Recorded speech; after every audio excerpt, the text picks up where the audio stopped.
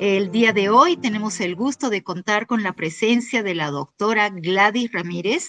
Ella es psiquiatra infanto-juvenil con formación en terapia cognitivo-conductual y especialización en regulación emocional. Además, también en terapia dialéctico-conductual, DBT. Trabaja con niños, con adolescentes, así como con adultos y familias, enfocándose en el fortalecimiento del vínculo y el apego seguro, así como en el acompañamiento emocional a los padres. La doctora Ramírez realiza un trabajo muy completo que integra la intervención emocional y psiquiátrica con el acompañamiento familiar, ayudando a los padres a comprender el desarrollo de sus hijos y a construir relaciones más sanas, empáticas y seguras. Dentro de esta mirada integral, ella resalta la importancia de la detección temprana de signos de alerta y del acompañamiento desde un apego seguro como una forma de prevención del desarrollo psicopatológico.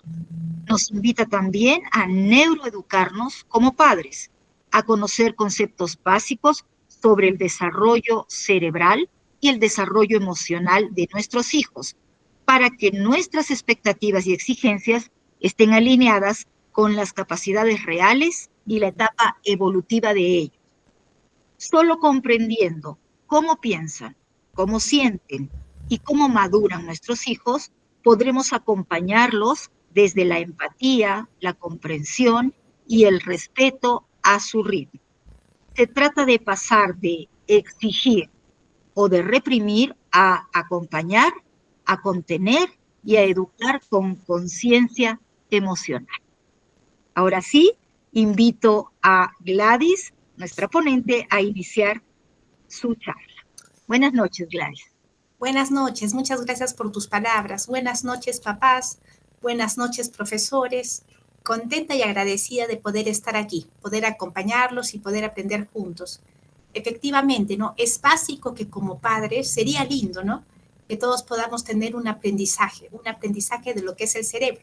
Algo básico, pero algo que nos permita entender a nuestros hijos pequeños, a nuestros hijos adolescentes, poder hacer atribuciones adecuadas, poder valorar qué es lo que realmente puede mi niño, qué es lo que realmente entiende mi adolescente, qué es lo que realmente mi hijo, mi hija, mi niño, mi adolescente necesita. Y lo más importante, papás, recordemos que las personas que estamos aquí para acompañar, las personas que vamos a permitir un modelado cerebral adecuado somos nosotros los padres, los referentes emocionales. Aquí también nos ayudan los maestros, pero los más importantes somos los papás, porque somos las personas que estamos con nuestros hijitos desde muy pequeñitos. Ahora vamos a hablar de lo que es el conocer el cerebro. Quiero poder explicar de una manera muy concreta, muy breve, no va a ser una explicación de neuroanatomía, va a ser algo que se pueda entender, a lo que pueda ser simpático para todos, conocer el cerebro de nuestros hijos, poder entender un poquito las partes, cómo es que se da una evolución, cómo se da la conducta de nuestro niño y cómo como padres podemos acompañar, podemos tener expectativas adecuadas, poder modular de una manera amorosa, respetuosa y congruente. Y el poder conocer a nuestros hijos, poder entender qué situaciones realmente comprenden, qué tipo de conductas realmente entienden o pueden hacer, nos va a permitir, papás, poder identificar signos de alerta en cualquier momento. Y el que yo pueda identificar un signo de alerta cuando yo conozco a mi hijo, cuando yo entiendo, cuando yo lo acompaño en su desarrollo, no solamente voy a poder detectarlo oportunamente, también voy a poder acompañarlo. Voy a saber cuándo tengo que solicitar ayuda. También voy a poder detectar si es que de repente nosotros como familias, no como maldad, no por un tema de negligencia, no estamos acompañando de la mejor manera. Para comenzar, ¿no? Recordemos que el ser humano, los seres humanos somos la especie más frágil de todas las especies. Recordemos que el ser humano necesita de un referente emocional, que un pequeñito cuando nace no va a poder valerse por sí mismo. necesita de una persona que lo cuide, que lo acompañe, que le vaya explicando el mundo. Y la mejor escuela para que este desarrollo cerebral se pueda dar de una manera adecuada somos nosotros, los papás, los referentes emocionales. Lo maravilloso, ¿no? Si bien hay otras especies animales, por ejemplo, un venado, el venado al poquito rato de nacer, el venadito al poquito rato de nacer puede deambular por sí mismo.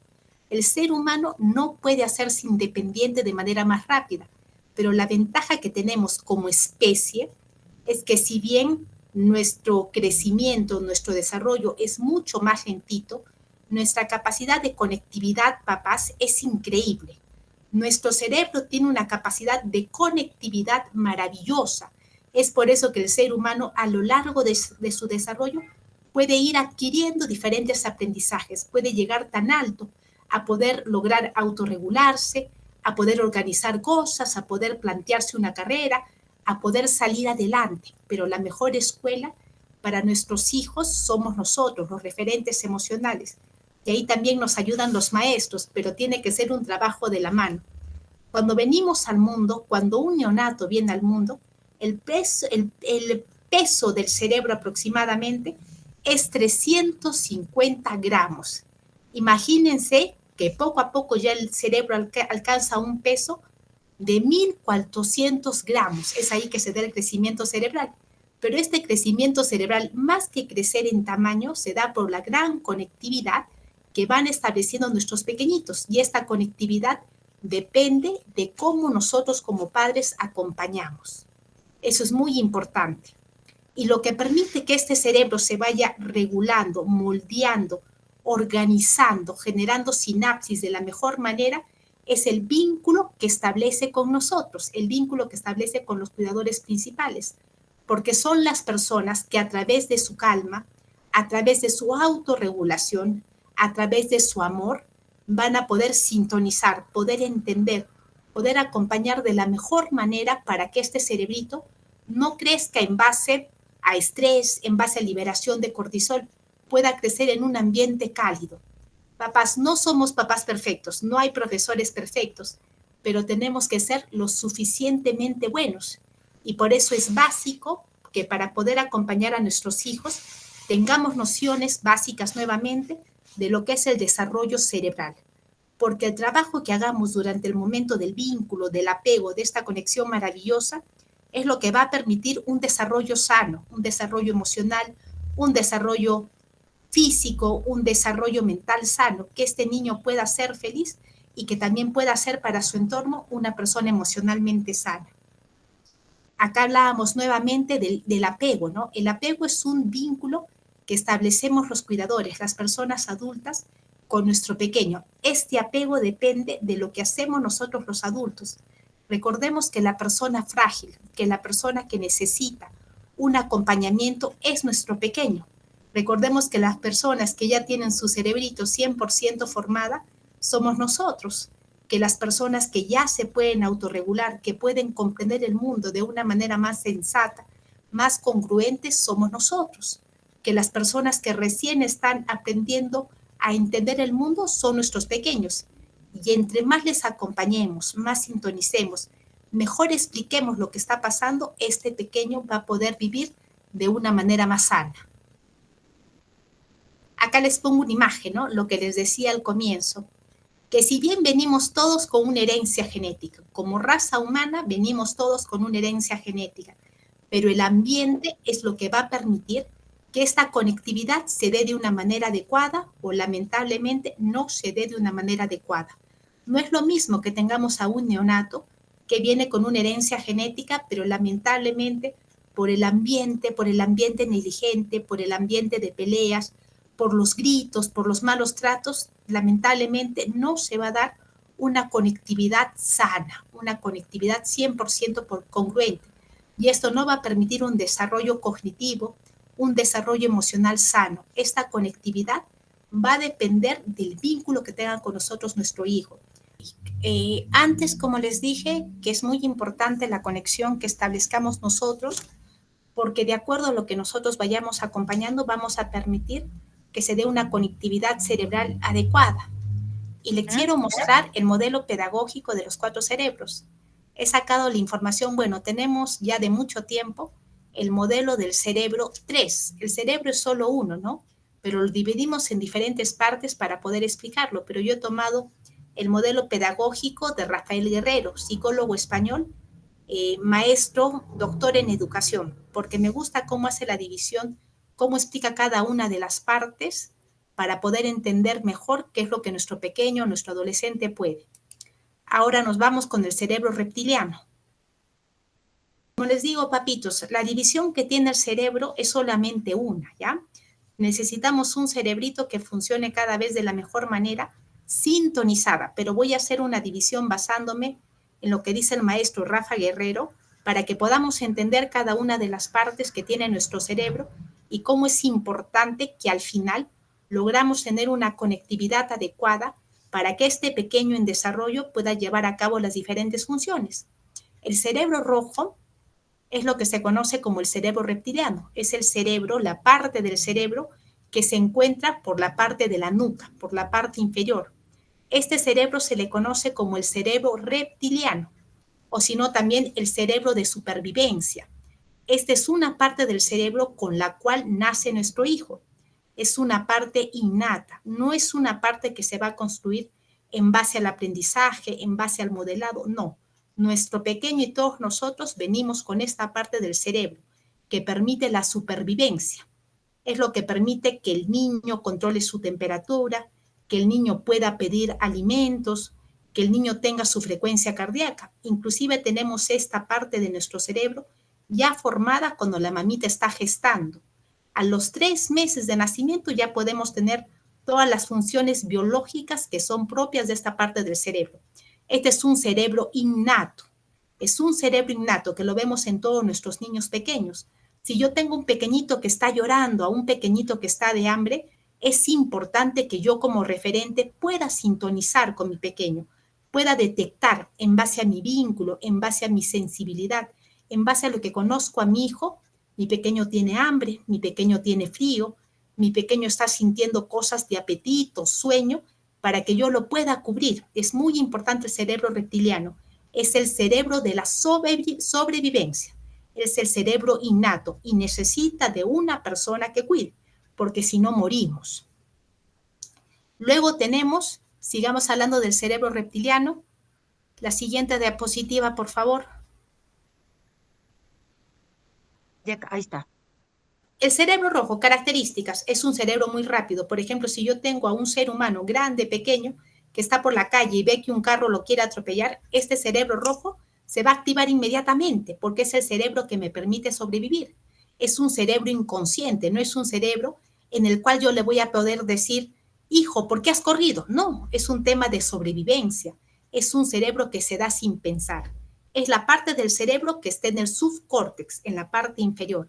Es un cerebro automático, no pensante, también se le llama que pertenece a los cerebros calientes. El siguiente, por favor. Características del cerebro rojo. El cerebro rojo se le llama fight, flight or freeze. ¿Qué hace el cerebro rojo? O lucha, por ejemplo, un niño, si es que ve que un perrito se está acercando y le quiere morder, ese cerebro de este niño pequeño va a activarse. La parte inferior de su cerebro, el cerebro rojo, también llamado cerebro reptiliano, se va a activar, papás. Este cerebro es automático, este cerebro es reactivo, este cerebro no es pensante. El niño va a correr, va a llorar, va a gritar, o si es muy fuerte la amenaza, se pueden llegar a paralizar, se pueden llegar a desmayar. Y aquí tenemos mucho, lamentablemente, las situaciones de trauma, ¿no? Si un niño ve que papá y mamá están gritándose, que papá, mamá, alguna persona cercana está golpeando a otra persona, es tanto el temor de este niño, está en una posición de víctima, en un riesgo de no poder sobrevivir, que el niño se llega a congelar o también puede desmayarse, ¿no? Es el cerebro de supervivencia. El siguiente, por favor. Luego tenemos encima de todo lo que es el cerebro reptiliano, que como dije queda en la parte posterior de la nuca, que está formado por el tronco del encéfalo y por el cerebelo, solamente para saber, no es clase de anatomía, pero encima, papás, tenemos el cerebro emocional, que está en el medio del encéfalo, en la parte media del cerebro. El cerebro emocional es importantísimo, papás, todos lo tenemos, pero las personas que van a permitir que se module de una manera adecuada somos nosotros, los referentes emocionales. El cerebro emocional está encima de todo lo que es el cerebro reptiliano y está formado por varias estructuras, todas maravillosas, importantes, pero hay dos estructuras que vale la pena que lo comentemos. Tenemos las amígdalas cerebrales, que no son las amígdalas de la garganta, son otras amígdalas, son las amígdalas de arriba. Todo lo que es el cerebro emocional se encarga del procesamiento de las emociones. Cerebro emocional, procesamiento de emociones y también tiene que ver con el vínculo, con toda la parte social. Es un cerebro con el que también nacemos. No es un cerebro aprendido, pero es un cerebro que obviamente mamá, papá, abuelitos, referentes pueden enseñar a modular, pueden neuroeducar. Las amígdalas cerebrales es aquella zona del cerebro que se encarga de filtrar todas las emociones dolorosas. Antiguamente se decían que habían emociones malas, emociones buenas. Eso es un error tremendo. Ninguna emoción es mala o buena. Todas las emociones son necesarias. Ahora se le dice las emociones placenteras o las emociones de defensa. Todas las emociones de defensa, las que resultan más difíciles, papás, como el miedo, como el asco, como la cólera, como la vergüenza, son emociones que las amígdalas cerebrales se encargan de procesar.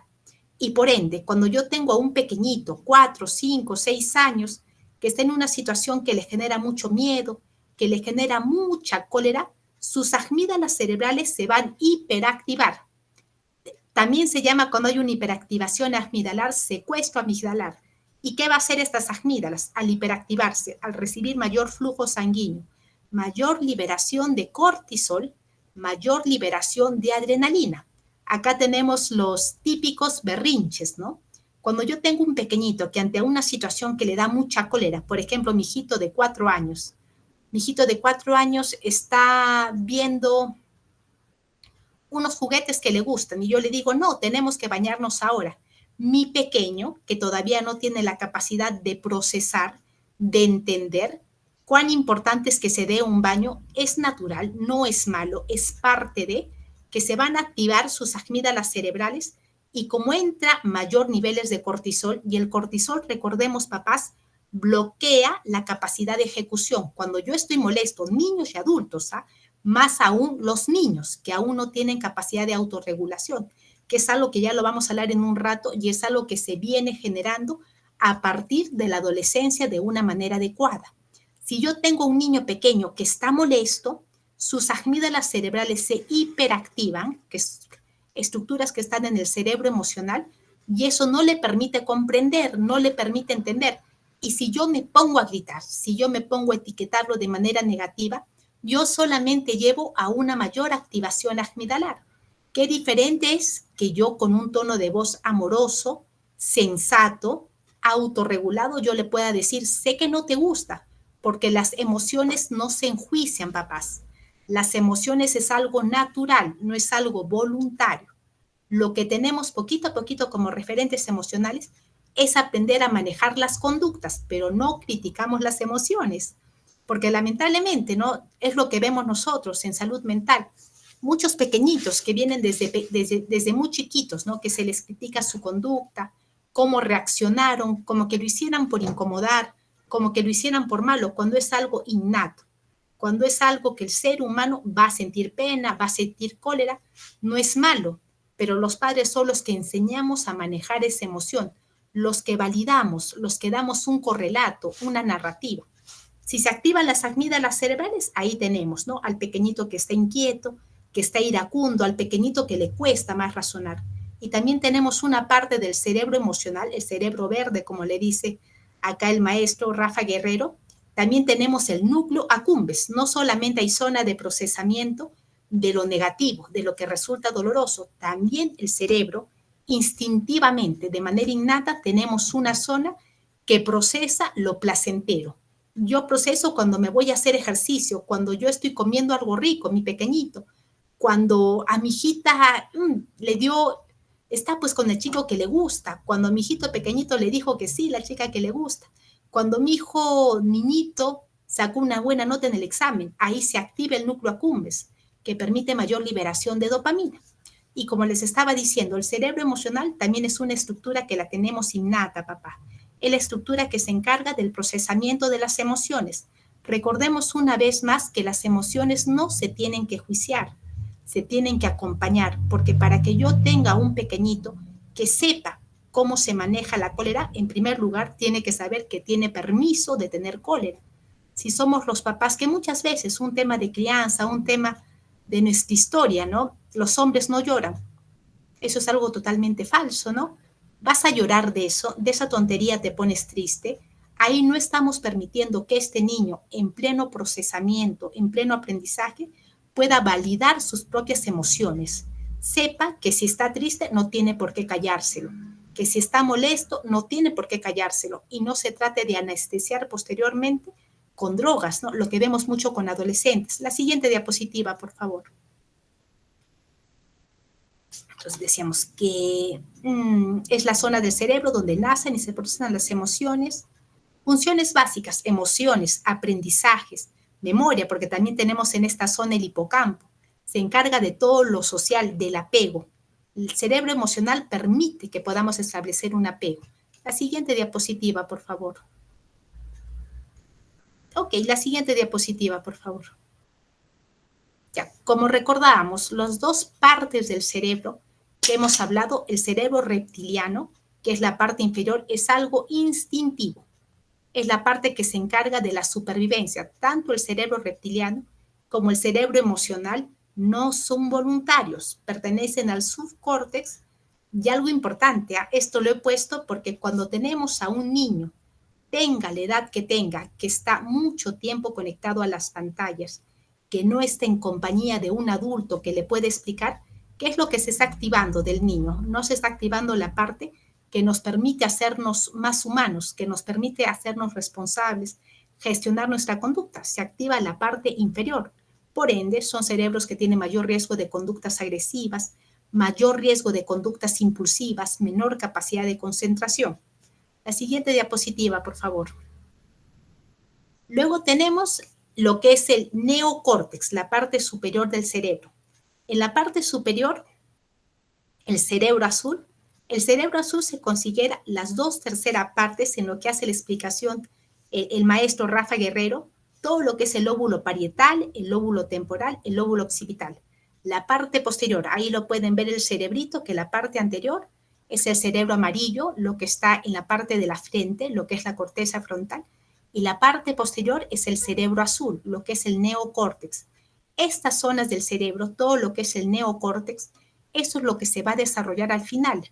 Recordemos que el cerebro del ser humano se desarrolla de abajo hacia arriba, desde lo que es el cerebro reptiliano a lo que es el cerebro superior. Y estas dos partes del cerebro, el cerebro azul, lóbulo parietal, occipital, temporal, y el cerebro amarillo, corteza frontal, esas sí son zonas que se van a moldear con nosotros, son zonas que nosotros los referentes, los padres, los maestros, vamos a permitir que se aprendan, que se conectan, que se den de la mejor manera. Todo lo que es la siguiente, por favor. Todo lo que es el cerebro azul, lo que decimos que es la parte del lóbulo parietal, temporal, occipital, se encarga de todo lo que son las percepciones, así para hacer percepciones, todo lo que el cerebrito percibe. Y también es aquella parte del cerebro que tiene todos los pensamientos almacenados. Todo aquello que este niño aprendió, obviamente no lo va a recordar al 100%, ¿no? Pero esas cosas que este niño escucha, esas cosas que este niño aprende, es lo que se establece, lo que se almacena en el cerebro azul.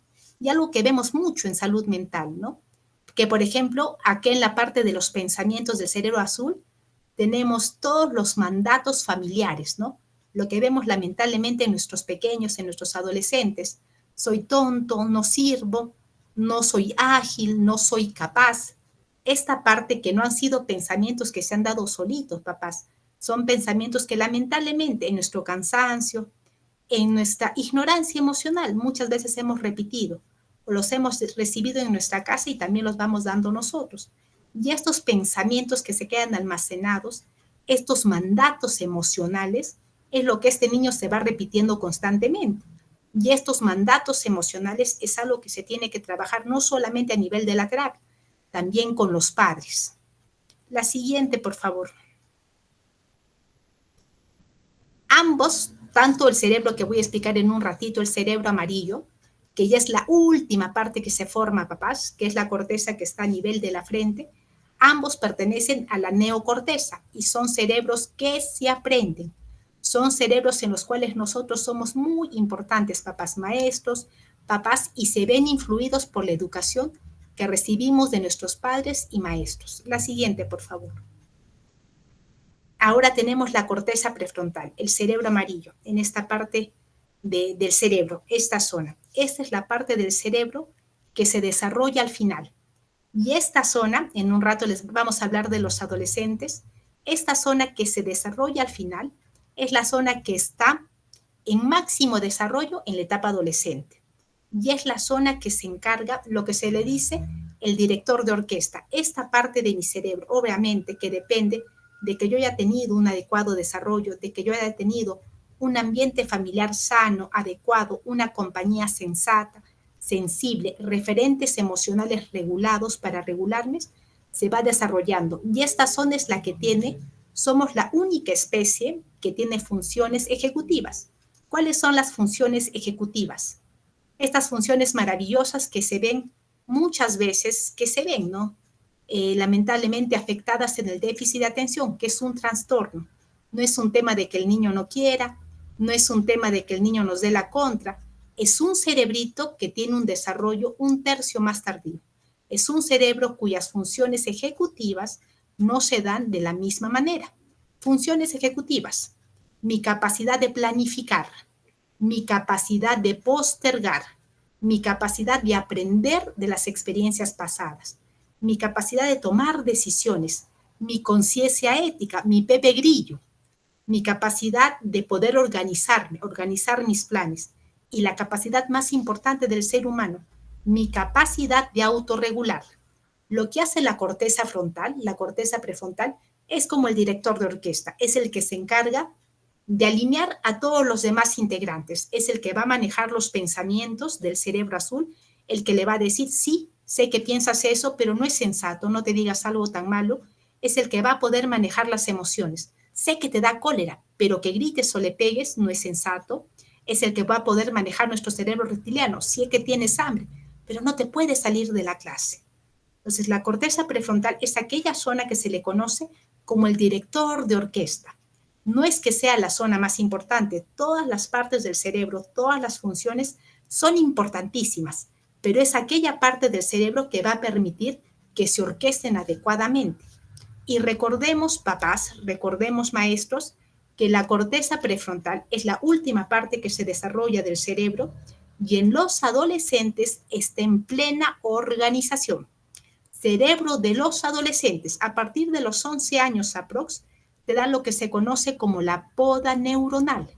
La poda neuronal es que mueren neuronas, es que nacen neuronas. ¿Y dónde se da la poda neuronal? En la corteza prefrontal. Entonces, ¿qué vamos a tener en un adolescente? El cerebro de mi adolescente, no porque sea malo, no porque sea flojo, no porque no me quiera, porque es un ser humano, van a estar más activas las partes inferiores, van a estar más activas su cerebro de supervivencia y su cerebro emocional. Es por eso que los adolescentes se comportan, no son se comportan de manera impulsiva, claro, porque su cerebro emocional está más activo y porque su corteza prefrontal no está funcionando al 100%, porque el encargado de dirigir, de manobrear, el encargado de parar, de poder meditar, no está en su mejor momento. Exactamente, los cerebros adolescentes son más impulsivos, les importa más pertenecer al grupo social, ya no les importamos tanto nosotros, papás, no porque no nos quieran, sino porque es más importante en ese momento del desarrollo cerebral poder sentirse pertenecientes, poder sentirse aceptados. Los cerebros adolescentes son cerebros que tienen mayor sensibilidad tanto a la dopamina, conductas de riesgos, tanto a la oxitocina, el tema amoroso. La gran mayoría de relaciones sexuales empieza en la etapa adolescente. Entonces, los padres Obviamente no nos podemos alejar, tampoco podemos caracterizarnos por los que somos los que critican, los que emiten juicio. Tenemos que ir observando, mantener nuestra distancia, pero no dejar de estar cercanos, papás, porque tenemos que recordar que el cerebro adolescente es un cerebro más impulsivo, es un cerebro que ya no va a escuchar de primera instancia la opinión de los padres, no porque no nos quieran, sino porque quieren pertenecer a su grupo de coetáneos. Es un cerebro que va a querer tener más aventuras, no le importa lo monótono, no quiere lo habitual, quiere algo que lo haga sentir bien. Y qué importante es que yo como padre, yo sepa que no es un tema de malcriadez, que no es un tema de que no nos quiere, que es un tema de desarrollo biológico, que es algo que tenemos que acompañar de una manera respetuosa, obviamente poniendo límites, pero no en base a quejas, no en base a insultos, no en base a burlas, papás. Porque recordemos que en toda la etapa de la adolescencia, esta zona, la corteza prefrontal, está en pleno recableado, está en plena conexión. Eso va a tomar un tiempito, papás, no se desesperen, pero en ese tiempo también tenemos que saber que van a haber conductas que nuestro adolescente no lo va a hacer de la mejor manera y tenemos que estar ahí presentes. La siguiente diapositiva, por favor. La siguiente diapositiva, por favor. ¿Ya? ¿Entrevista? Ya. Perdón. Sí, gracias. Acá algún resumen, ¿no? Cerebro amarillo, corteza prefrontal, consciente, voluntario, orientado al futuro, funciones ejecutivas, perseverante, aprendido. Es la parte más flexible, maleable y plástica de todo el encéfalo. Es el más influenciable por la educación que recibimos en el entorno familiar y escolar. Y no alcanza su grado máximo de desarrollo y madurez hasta bien entrada la época de los 20. Y aquí es muy importante nuestra función, papás. Recordemos que ya nosotros tenemos nuestra corteza prefrontal desarrollada. Y yo, para poder ayudar a mi hijo adolescente, a mi niño, a que se regule, número uno, yo si bien no voy a pretender que mi hijo niño, que mi pequeñito de 3, de 4, de 5, de 7, de 8, de 9, de 10 años, pueda entender sus emociones al 100%. Pueda decirte, mamá, yo hice tal cosa porque me molestó tal cosa. Los que vamos a permitir que haya una educación emocional, los que les vamos a permitir poder identificar y nombrar sus emociones, somos nosotros los papás. Qué diferente es que yo tenga a un pequeñito que cuando tiene una emoción que no es algo voluntario, que es parte de su desarrollo cerebral, parte de su humanidad, expresa alguna emoción, yo le digo, noto que estás triste, lamento que te sientas así, que yo le pueda explicar, yo le pueda dar recursos de la emoción que está sintiendo, porque lo que se nombra existe, lo que no se nombra no existe. Si yo no le pongo nombre a las emociones de mis hijos, lamentablemente mis hijos no van a conocer lo que están sintiendo y son pequeñitos que están en mayor riesgo de entrar en conductas depresivas, de entrar en cuadros depresivos, en formas de anestesiarse. Como no lo hablo, como no lo entiendo, como nadie lo valida, mayor riesgo de consumo de drogas, mayor riesgo de conductas adictivas, mayor riesgo de relaciones sexuales de manera promiscua, mayor riesgo de enganche en las pantallas. Qué importante es que nosotros como padres nombremos la emoción, porque lo que no se nombra no existe. Ahí podemos irnos desde la parte del cerebro emocional. Mi pequeño presenta una emoción y yo le digo, mi amor, eso que sientes es cólera. Sientes tus manitos rojas porque la cólera a veces hace que nuestro bombeo de sangre sea mayor. Hijo, entiendo que estés molesto, no lo invalido, no lo critico y le doy alternativas. Te puedo dar un abrazo, te puedo hacer un masajito, nos podemos ir a caminar para calmarlo. Y qué importante es que hagamos esto a lo largo del desarrollo de nuestro niño. La persona que explica las emociones, la persona que va a hacer la educación emocional, somos los papás. Y la corteza prefrontal, como decíamos, ¿no? Que es la parte más maleable, la parte más aprendida. Si yo quiero que mi hijo, a cualquier edad, ¿no? Pero en la etapa que lo puede ser, porque todavía su cerebro no está con la capacidad cognitiva, con la plasticidad, en la etapa del adolescente, que ya va adquiriendo ciertas habilidades, que ya va aprendiendo a autorregularse, para que mi hijo se autorregule, para que mi hijo se exprese de una manera sensata, yo tengo que ser el referente, papás. Yo no puedo regular estando desregulado. Yo no puedo dar una pauta, dar una sugerencia, no haciéndolo, ¿no? Es como que yo te diga, hijo, no te conectes al celular todo el día, y yo estoy todo el día conectado. Hijo, no fumes, y yo estoy fumando de vez en cuando. hijo, no grites, y yo estoy gritando. Esta corteza prefrontal, este desarrollo sano, esta conectividad depende mucho de nosotros, papás. Depende de los maestros y de nosotros, pero los principales somos los papás. La siguiente, por favor.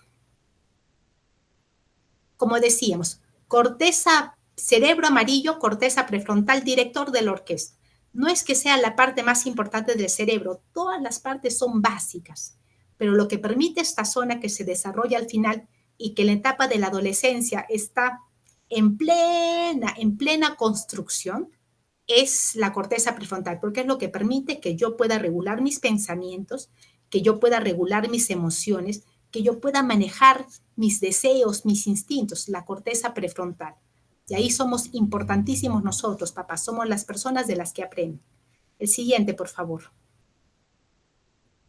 Y metáfora de la rejilla, ¿no? Cuando hablamos del apego, es como que todos nuestros pequeños vienen con un bidón vacío, ¿no? Vienen a este mundo con muchas cositas que no han llenado, ¿no?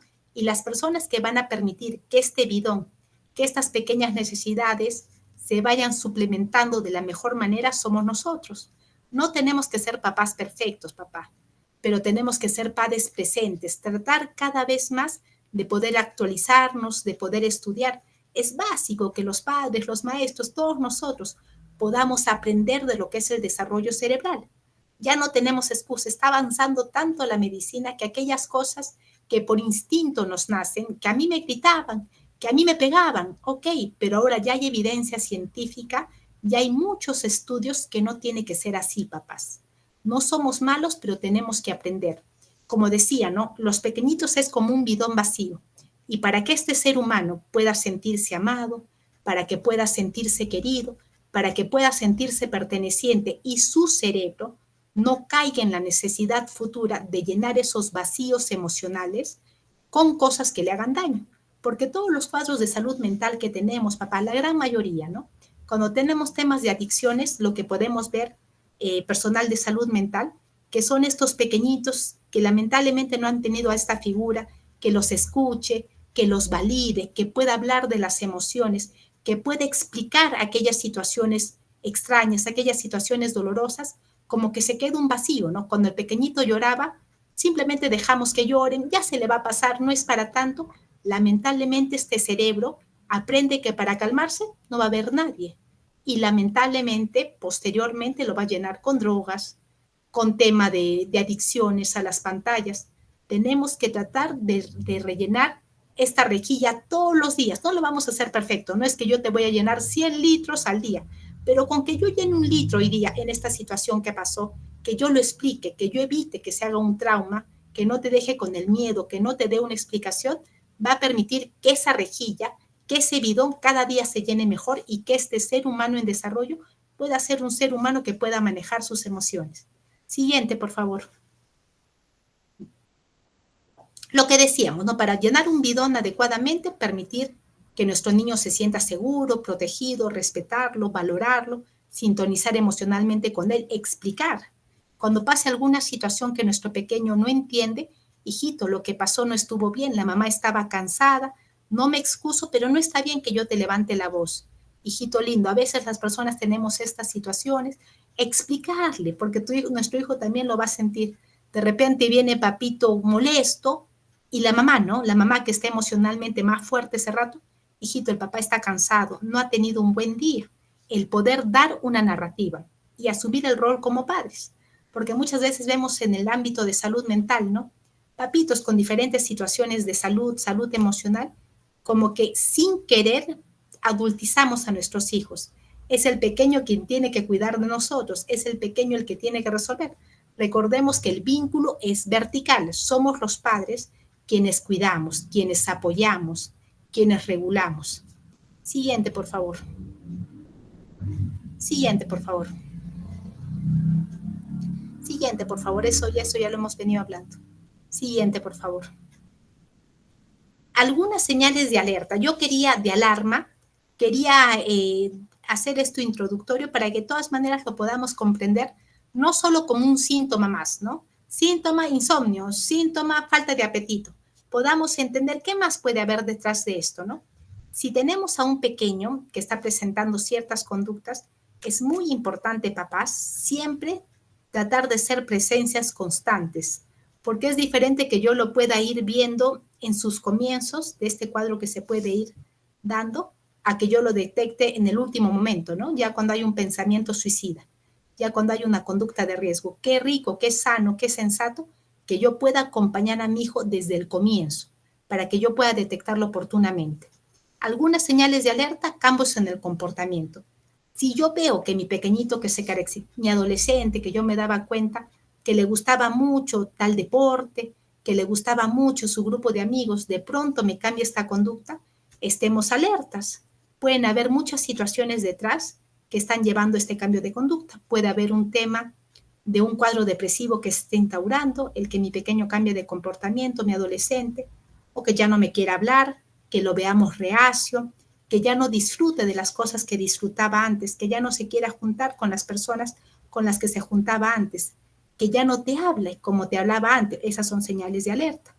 También algo bien típico cuando vemos a un adolescente, porque el tema de la depresión, la tristeza, va muy de la mano con cambios de conducta, con hostilidad.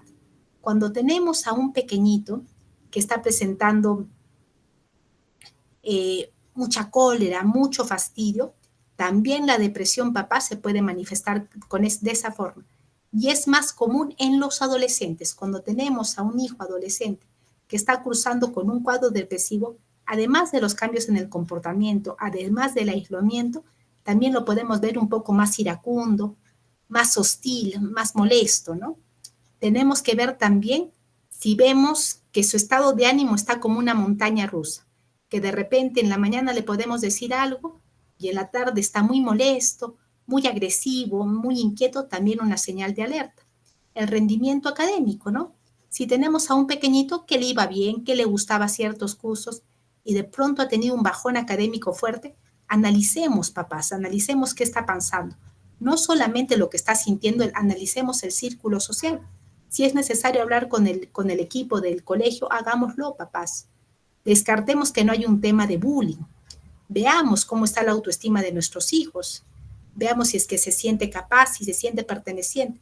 Porque un niño que no se siente perteneciente, papás, ya se ha visto en estudios de resonancia magnética que un adolescente que se siente excluido, no querido, es como que si estuviera pasando un tema de daño físico a nivel cerebral, es el mismo dolor, es la misma liberación de cortisol. Veamos, ¿no? Veamos que si de repente nuestro hijito está pasando por un tema de bullying, ¿cómo está la autoestima? Tenemos desgano, conductas de aislamiento, cambios de humor, daño físico. Cuando tenemos el tema de las autolesiones, papás, que lamentablemente es algo que estamos viendo mucho. Acá nos vamos al tema del estudio cerebral. ¿Por qué un joven? Porque se da de manera más frecuente en los adolescentes. Los adolescentes tienen mayor riesgo de autolesionarse porque son todavía cerebros que están con todos los cambios que les he dicho a nivel neuroquímico. Cerebro adolescente es mayor su necesidad de dopamina, mayor su necesidad de oxitocina, de cosas que le hagan sentir vivo, que le hagan sentir querido, y les cuesta expresar sus emociones. Y peor aún, si estas conductas, lamentablemente, casi siempre que tenemos conductas de autolesiones, se dan en ámbitos donde en la casa no es para tanto, de eso te quejas, cosas peores he pasado yo, que eso te pones triste. Entonces, como yo me doy cuenta que no van a ser bien recibidos, que no van a ser entendidas mis emociones, que van a ser criticadas, que van a ser enjuiciadas, mejor no digo nada. Y en ese dolor, como es más fácil lidiar con el dolor físico que con el dolor emocional, tenemos los daños físicos. Muchas veces se dan por una forma de botar todo mi dolor. Es una forma como de catarsis, pero lamentablemente también muchas veces se pueden dar con el fin de la muerte, ¿no? Hay autolesiones para calmar, para sentir ese daño físico, porque aunque no lo crean, las autolesiones permiten que el cerebro, cosa que no se da de la manera adecuada, libere ciertos opiáceos. Es tanto el dolor emocional de este adolescente, es tanto el no sentirse visto, el no sentirse escuchado, el no sentirse aceptado, que lo pasamos a un dolor físico y en ese tipo de escenarios, donde es más mi dolor mental, el daño físico libera cierta cantidad de opiáceos y por eso lamentablemente se puede convertir en un hábito, en una conducta compulsiva. Pueden hacer adicción al daño físico y ya lo hacen de manera continua. Y también tenemos casos en que es tanto el malestar que ya el chico hay un fin de muerte. Si tenemos a un chico, a un adolescente, porque se puede dar en ambos grupos etarios, tanto en la infancia, lamentablemente, como en la etapa adolescente, cuando tenemos a un hijito pequeño, ¿no? Que te dice soy tonto, soy incapaz, nadie me quiere, papás, es una alerta, es una súper alerta. Mi hijo no se está sintiendo amado, no se está sintiendo perteneciente. Cuando tengo a mi hijo adolescente que me dice soy feo, soy tonto, mejor me muero, siempre que un hijo adolescente, un hijo pequeño nos dice mejor me muero, no es para llamar la atención, papás, es un llamado de auxilio. Y el que yo me acerque diciendo, ¿qué te pasa? ¿Por qué las cosas tan tontas? Mira, yo la pasé peor. Mira, yo lo que tú tienes, yo no he tenido eso. No estamos calmando, papás. Al contrario, estamos activando más el cerebro emocional. Estamos haciendo que ese cerebro libere más cortisol. Y recordemos, el cortisol bloquea la corteza prefrontal y no permite que yo regule. Si yo no regulo como padres, no esperemos que nuestros hijos con ese tipo de aproximación regulen. Y algo más, ¿no? El cerebro emocional, cuando este pequeñito tiene todas las emociones que vamos a tenerlas toda la vida, necesita que alguien acompañe, que alguien eduque emocionalmente. Hijito, esto que sientes es esto, lo que ha pasado es tal cosa, mira, esto no va a volver a pasar, discúlpame. Perfectos no somos, papás, pero cuando hay ese vacío emocional, tenemos más riesgo, estos cerebros, estos niños, estos adolescentes, sobre todo los adolescentes, porque es una etapa de mayor impulsividad, de mayor necesidad de dopamina, de menor función de la corteza prefrontal. Y obviamente, antes de la etapa adolescente es aún menor el desarrollo de la corteza prefrontal, pero no hay tanta impulsividad como hay en la adolescencia. Y tenemos que la forma de anestesiar las emociones, de poder calmar ese dolor, de poder calmar ese miedo que nunca ha sido visto, es el abuso de sustancias. Tenemos adolescentes que caen en el abuso de sustancias, que llegan tarde a casa, que han bajado su rendimiento, que han cambiado su grupo de amigos, que ahora están con conductas diferentes, porque posiblemente papás están anestesiando dolor. Y otra cosa también, síntomas físicos, lo que se conoce como la somatización. Es más común también en niños y adolescentes. Como yo todavía no tengo una capacidad expresiva 100% desarrollada, como yo no termino de entender lo que me pasa y lamentablemente nadie me lo explica, nadie me dice, mira mi amor, cuando uno está triste, a veces puede doler el pechito. Eso no es porque vas a tener un infarto. Eso no es porque seas malo. Eso no es porque seas débil. El cuerpito cuando tiene una emoción muy intensa libera ciertos químicos que hacen sentir eso, como que falte el aire, quiero que estés tranquilo, yo te escucho, yo te veo, ¿no? El que yo le pueda explicar permite que este niño no me llegue a riesgo de somatizaciones, como vemos lamentablemente, pequeñitos de 10, 11, 12, 15 años, un dolor físico, obviamente porque están ansiosos, obviamente porque se sienten solos, porque no se sienten vistos, ya lo interpretan como que tengo una enfermedad mortal, tengo tal cosa que no está funcionando bien. Los niños son más somatizadores, todo lo que la boca no expresa, el cuerpo lo expresa, papás. Siguiente, por favor. La tristeza, como decíamos, ¿no? Veamos la tristeza y también recordemos que la tristeza en los adolescentes también se puede acompañar de mucha irritabilidad, cambios en la sociabilidad. Veamos si es que el grupo de amigos de nuestros hijos sigue siendo el mismo, si de repente se han alejado más de los demás, porque esto puede significar depresión, puede significar ansiedad, puede significar, siempre va de la mano con una baja autoestima, de repente puede estar detrás de un tema de bullying, lastimarse a sí mismo o hablar de hacerlo, ideación suicida, ¿no? Depresión, ansiedad, baja autoestima, el no sentirse que tiene con quién hablar en la casa. Siempre que tenemos a un pequeño, a un adolescente que habla de muerte, que se lastima, tenemos que evaluar cómo lo estamos haciendo como familia. Si estamos permitiendo la expresión de emociones o habla de la muerte. Cuando un joven nos habla de la muerte, cuando un niño dice, papá, ¿y qué pasa si me muero? Y papá, si no me despierto, ideación suicida pasiva, así se llama. No hay un plan, pero hablan de la muerte, ¿no? Como que fuera, ¿qué pasa si me como un chupetín? Eso es una señal de alerta.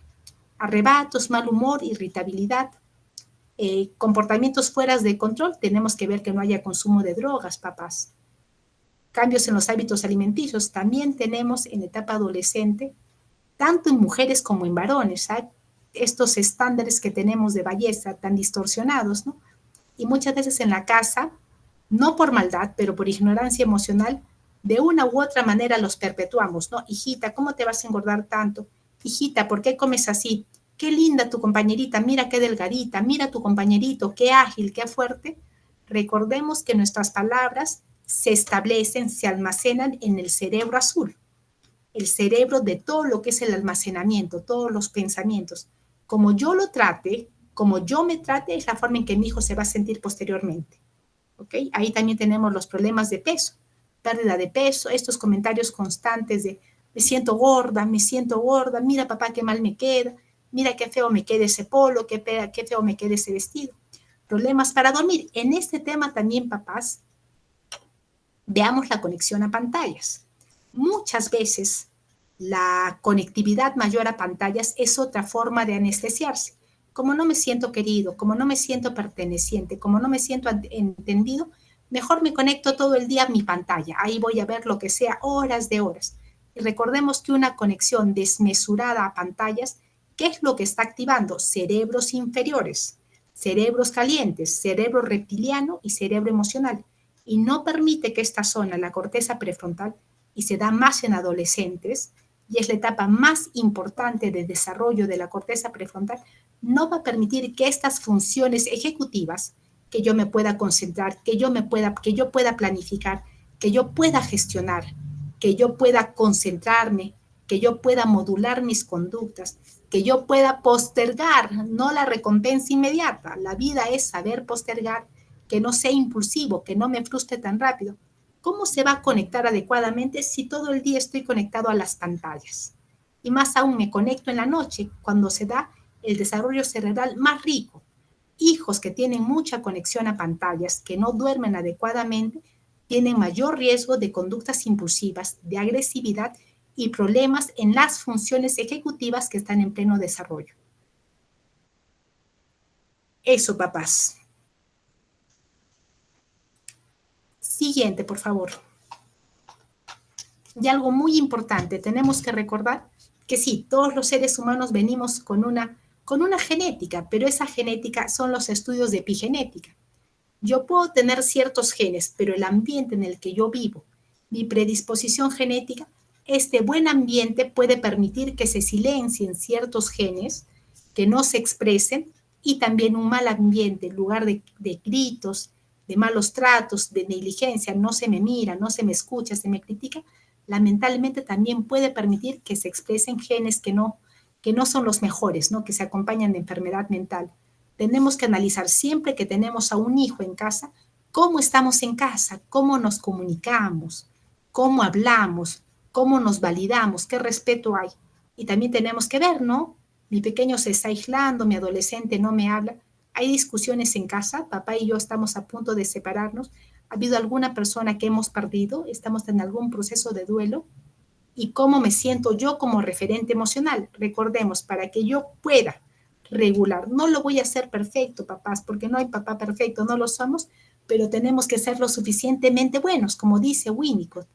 Yo tengo que estar regulado para regular. Si es que yo me doy cuenta que por X razones, por mi historia de vida, por mi historia de matrimonio, no estoy en el mejor momento, pidamos ayuda, papás. Pidamos ayuda. Para mejorar tenemos que pedir ayuda y eso no nos hace menos, eso nos hace más. Gracias.